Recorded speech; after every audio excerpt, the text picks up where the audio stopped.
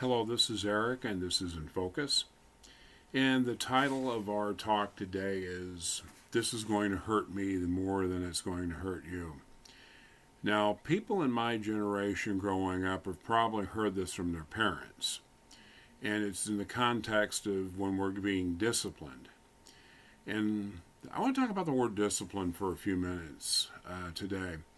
When we think of discipline, many times we think of punishment, and it's understandable because many times the discipline is in connection to us doing something that is either unsafe for us or something that's wrong, and our parents discipline us to teach us we shouldn't do that. And but discipline has more to do with our upbringing as children of God and children, period, than just mere punishment. Discipline its purpose is actually training. Athletes discipline themselves so they can achieve awards at the award ceremonies during the Olympics, and to win races, to win boxing matches, to win various other competitions. They practice and they discipline themselves. They work out. They build their strength and whatnot, and that requires discipline. And what they're doing is disciplining their body for a purpose. And I guess that's what I want to talk about today, and that is the discipline that comes into our life is for a purpose. Many times when bad things happen to us, we think God is being mean to us, or the world's being mean to us, and it's a horrible thing that we're undergoing these things. When in actuality, the opposite is true. We're going to be looking at a couple of passages that make that point. One of them is found in Proverbs chapter 13, verse 24, which says, "Whoever spares a rod hates their children, but the one who loves their children is careful to discipline them." I like that, careful to discipline them. In other words, the discipline is something that is thought of before it's engaged in. It's not something that's just a violent reaction to a child's behavior, but it's something that's careful and thought out and come upon for the purpose of helping the child to avoid behavior that will eventually lead to their detriment. And there's another wonderful proverb about that, basically stating that do not withhold, this is Proverbs 23 verses 13 and 14, and it says this: "Do not withhold discipline from a child. If you punish them with the rod, they will not die. Punish them with the rod and save them from death." Well, what does Solomon mean by this? If we discipline our children when they do something that's wrong, or we discipline children when they do something that's potentially harmful for them, they'll learn not to do it, and that thing will not end up eventually ending in their demise or death, or a worse punishment down the road because they've stole something and now they have to do prison time for it because of the size of the item that they stole. You name a crime that comes with a prison sentence. So discipline teaches our children to behave in ways that's right and socially acceptable. And of course, these days, right and socially acceptable sometimes are not necessarily concurrent ideas, but that's a talk for a different time. But what I wanted to talk about specifically, I touched on it a little bit, but I wanted to talk about more detail, is discipline from God's perspective as it relates to us as His children, those who call upon Jesus as Lord and Savior. Now I'm going to be reading out of the NIV, the last few passages for the NIV as well, and I'm going to be reading out of Hebrews chapter 12, verses 4 and on through 12. And it says this, and I really want us to really let these words sink in. In your struggle against sin, you have not resisted to the point of shedding your blood. And have you completely forgotten this word of encouragement that addresses you as a father addresses his son? It says, "My son, do not make light of the Lord's discipline, and do not lose heart when he rebukes you, because the Lord disciplines the one he loves, and he chastens everyone he accepts as his sons. Endure hardship as discipline, for God is treating you as his children. For what children are there not disciplined by their father? If you are not disciplined, and everyone undergoes discipline, then you are not legitimate, not true sons and daughters at all. Moreover, we have all had human fathers who disciplined us, and we respected them for it. How much more so should we submit to the Father of spirits and live? They, our human fathers, disciplined us for a little while as they thought best, but God disciplines us for our good, in order that we may share in his holiness. No discipline seems pleasant at the time, but painful. Later on, however, it produces a harvest of righteousness and peace for those who have been trained by it. Therefore, strengthen your feeble arms and weak knees. Make level paths for your feet, so that the lame may not be disabled, but rather healed." So, as we can see here, there's in the earlier part of this passage, we see two extremes. We either have the making light of the discipline. In other words, when it happens, we just basically blow it off, and we don't learn the lesson that we need to learn from it. This happened a lot in Israel's history. For hundreds of years, God would discipline them, and he would send plagues, and he would send famines, and he would send various other things to discipline his people, so they would turn from these things, and be blessed again. But as their conduct continued and got worse, God's disciplinary measures became more stringent, because God was trying to get their attention. And it was a very measured discipline. And that's what God does. God doesn't delight in disciplining. As a matter of fact, one of my favorite passages of Scripture is found in Jonah, in which it says, Jonah basically complaining to God after he finally went to Nineveh, said in 40 days this city is going to be overthrown. Everybody from the king all the way down to the lowest strata of society in the city of Nineveh repented of their sins and sought God's forgiveness, and God, in his grace and his mercy, forgave them. He didn't pour out his wrath on them because they learned their lesson.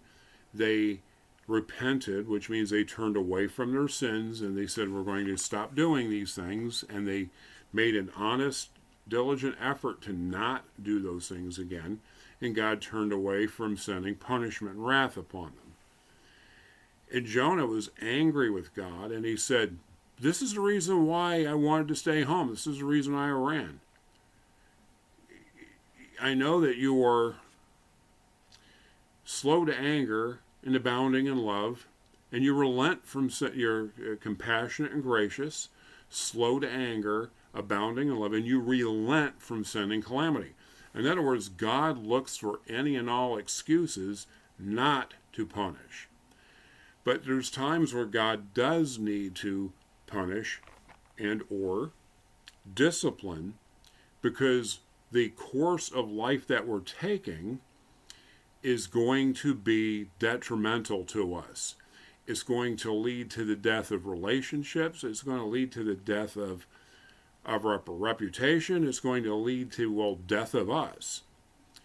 So God, in His mercy, disciplines us so we don't end up paying the ultimate price, which is eternal separation from Him. And He wants us to become more like Jesus, so that in all things God works for the good of those who love Him, who've been called according to His purpose. And that purpose is those He foreknew, He also predestined to be conformed to the likeness of His Son, that He might be the firstborn among many brothers. So the purpose is to forge us into the image of Christ. So we're not to make light of the Lord's discipline, ignore it, treat it, despise it. But at the same time, He doesn't want us to lose heart when we're disciplined, when we face hardship. It's God saying, I love you, and I'm trying to make you stronger, and I'm trying to turn you away from a course of action that you're taking in your life that's ultimately going to lead to death. So I'm going to discipline you so you could share in my holiness, spend eternity with me, and not lose relationships and everything else because of this behavior, this practice, this thing you're doing. Hardship is a way that we're trained. Now, when I think of hardship, it's bad things that happen. And believe me, I feel like I'm in a season of disciplining myself because there's a lot going on in my life, between the head gasket going out on my van,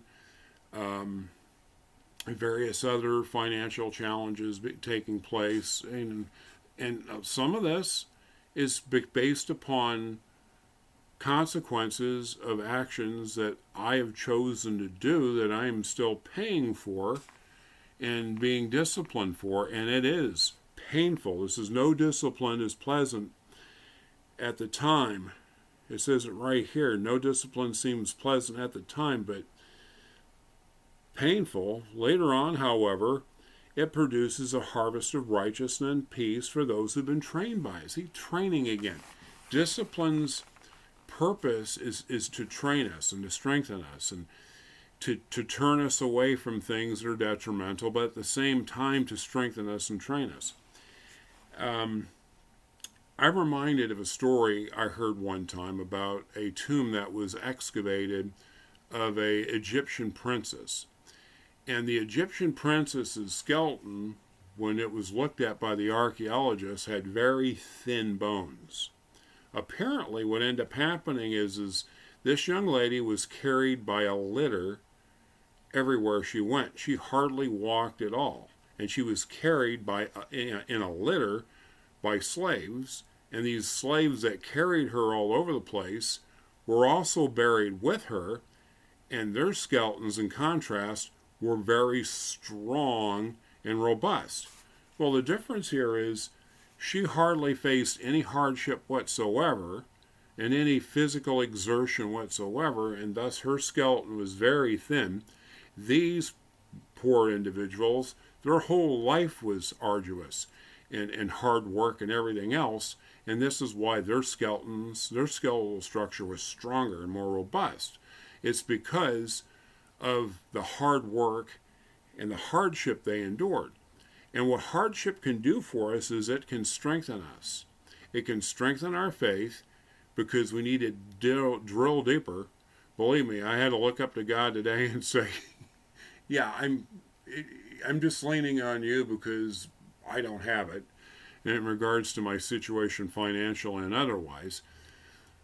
But as we see God pull us through these situations and these difficulties, our faith strengthens, our character strengthens, because we're told that in Romans, that the trials that we face strengthen us. They build perseverance in us. As a matter of fact, James says, rejoice. Consider it pure joy, my brothers and sisters, when you face trials of many kinds, because it's a testing of your faith that develops perseverance.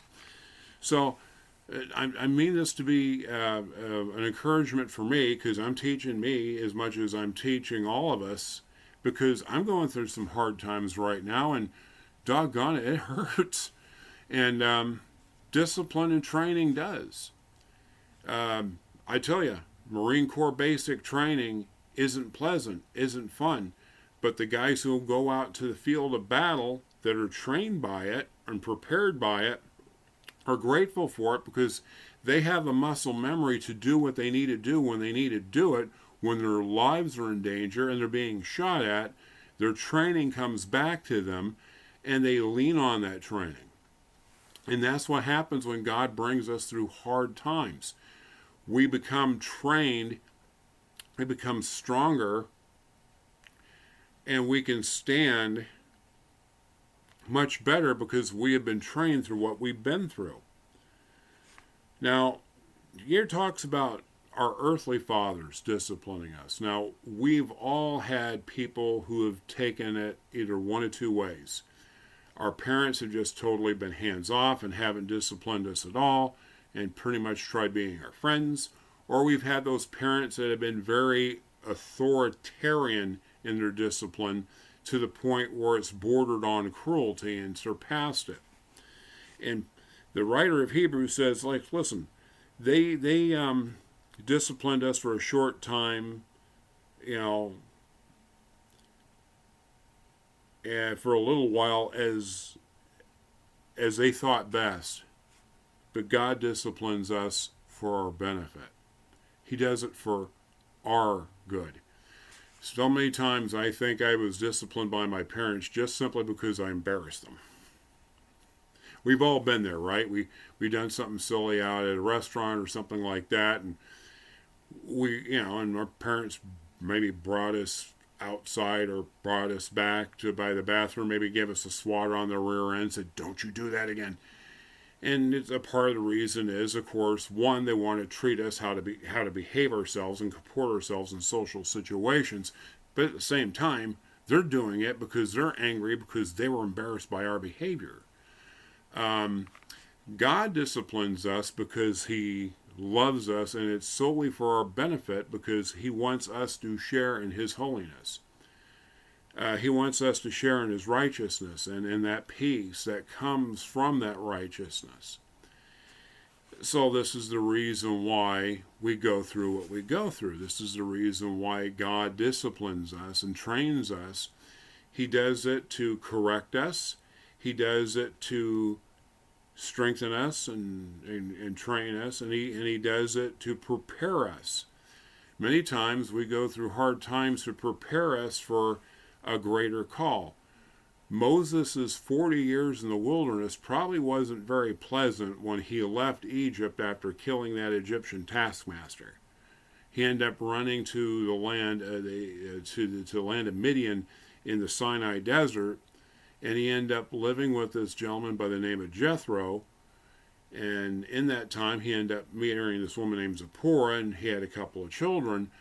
But God was getting him prepared to lead the children of Israel by him being in the wilderness where he was going to lead the children of Israel for 40 years.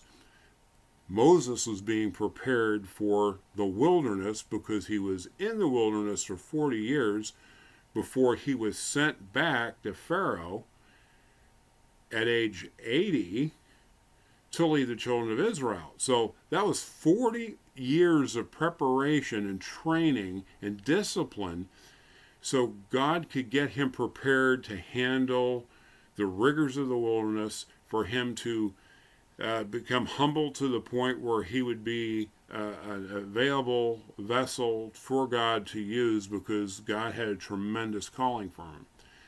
And sometimes, when we have a tremendous calling, there's a tremendous amount of preparation that goes into it. And the hardship that we go through in that preparation, the training, may seem overwhelming at times, but do bear in mind, God does not willingly do that. He relents from sending calamity. I love what it says, I believe it was in 1 Peter, that you have to, if need be, endure suffering for a little while.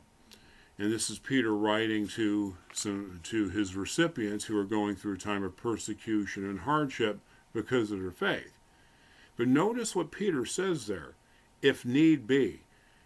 God does not bring any trial or hardship or anything else or allow it into our lives unless it's necessary. And He has a purpose for it. And that purpose is for us to become more like Jesus, for us to share in His holiness, to that share in His righteousness and that peace that comes from living in that way. And it prepares us for the ministry that He has for us. And God will use even our most horrendous mistakes to prepare us to minister to others so that we can comfort others with the comfort we ourselves have received from God in our hardship. You can find that in 2 Corinthians chapter 1, verses 3 and 4. That God comforts us so that we can comfort those who are going through any difficulty with the comfort that we ourselves have received from God. And we can't do that unless we're in a position of trial or hard times in which we need to lean upon that comfort. All that to say, my beloved, is that if you're going through a hard time right now, it's because God is getting ready to do something wonderful for Him. God may be pruning something out of your life.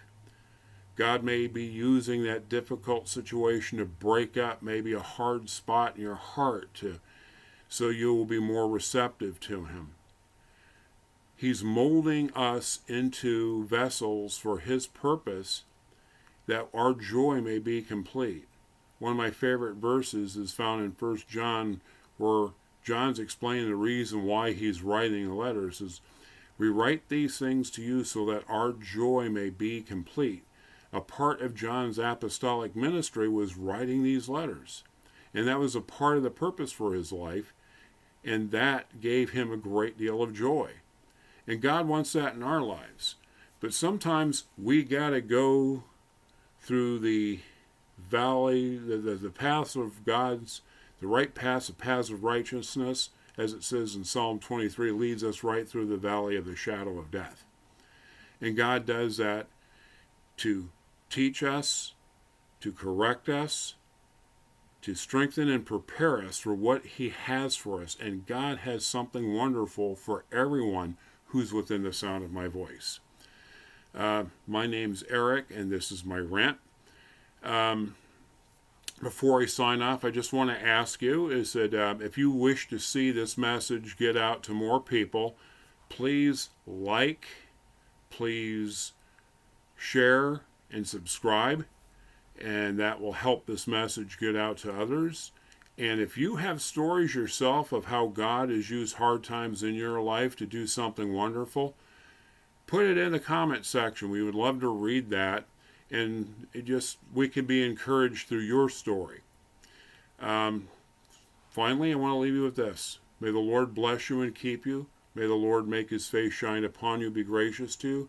May the Lord turn His face to you and give you peace. In other words, beloved, shalom. God be with you. Have a wonderful day and a wonderful new year.